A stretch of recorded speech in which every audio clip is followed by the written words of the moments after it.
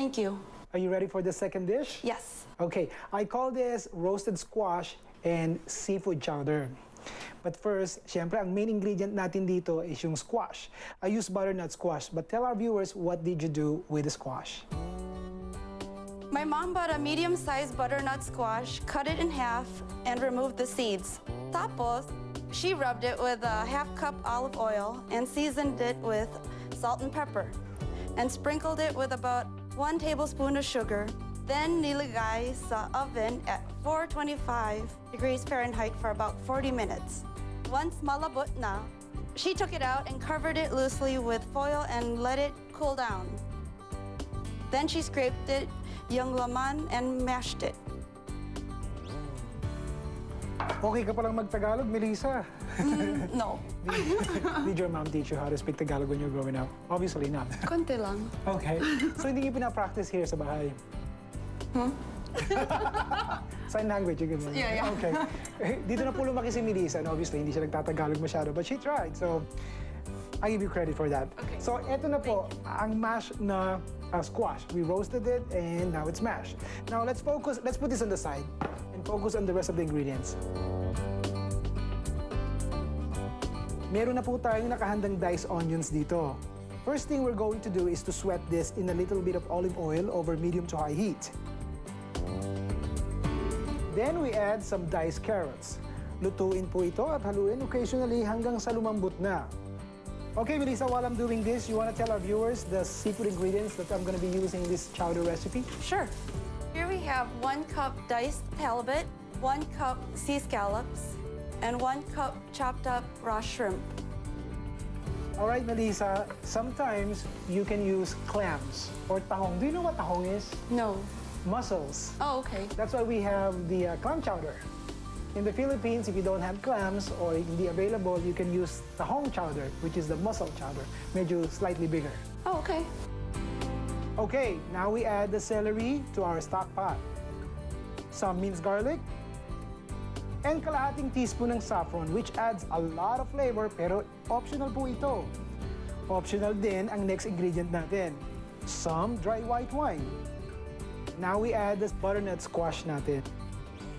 Cook this for a minute longer. Pagkatapos po niyan, ilagay na natin ang fish and vegetable stock.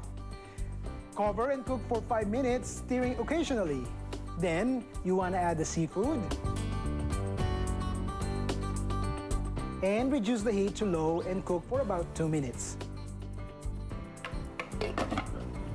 And for the finishing touch, a little bit of sour cream, fat-free of course, or heavy cream if you're not counting calories.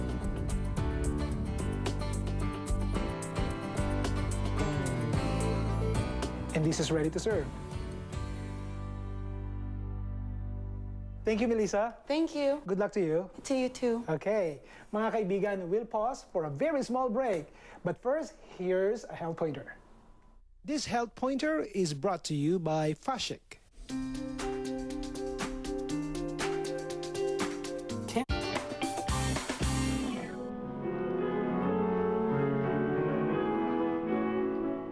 And welcome back po mga kaibigan dito sa Live Pinoy Style. We are still here in Cedarburg, Wisconsin, kung saan kasama natin ang mga kamag-anak ni Emilio del Rosario, ang taong binibigyan natin ng tribute in today's episode.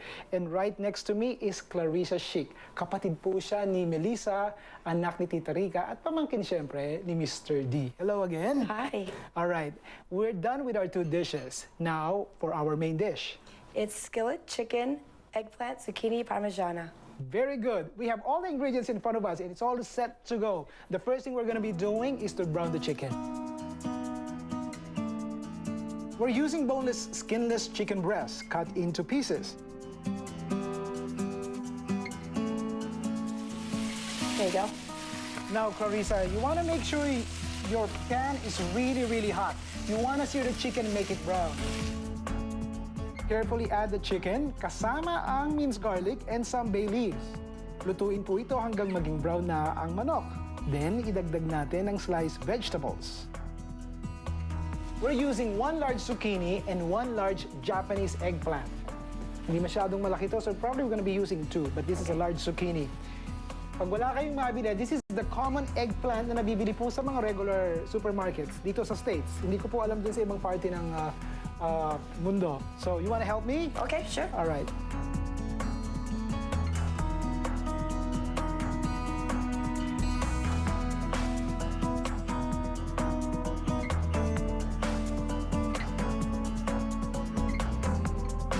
To add flavor, also add chopped parsley leaves. And then continue to cook hanggang lumambot na po ang talong. Next, ilagay na natin ang basil leaves. And add isang malaking jar ng marinara sauce. And season with salt and pepper.